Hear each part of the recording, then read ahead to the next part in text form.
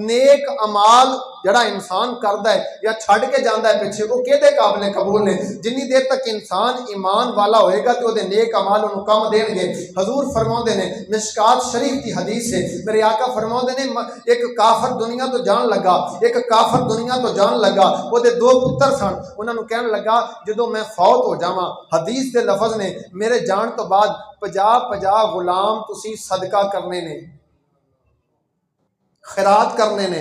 एक रवायत है 50-50 ऊंट सदका करने ने, खैरात करने ने।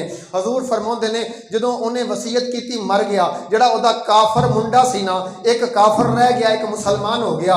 जड़ा काफर सी उन्हें प्यो की वसीयत के उपर हदीस के मुताबिक अगर ऊंट ने तो ऊंट, या अगर उन्हें गुलाम ने तो 50 गुलाम आज़ाद कर दिते। जड़ा मुसलमान होया ना उन्हें गुलाम भी आज़ाद नहीं किए, उन्हें ऊंट भी आज़ाद नहीं किए, सीधा मुस्तफा की बारगाह च आ गया, हजूर की बारगाह च आया। आके अर्ज किया लजपाल आका मदीने दिया ताजदारा, हामीम दे कुंडला वालिया, यासीन दे सेहरियां वालिया, बलसर दे प्यारे जमाने वालिया, अलमशरा दे प्यारे सीने वालिया, तोहा दे सेहरे वालिया, आका मदीने वालिया, लजपाला खुदाई दिया लाड़िया।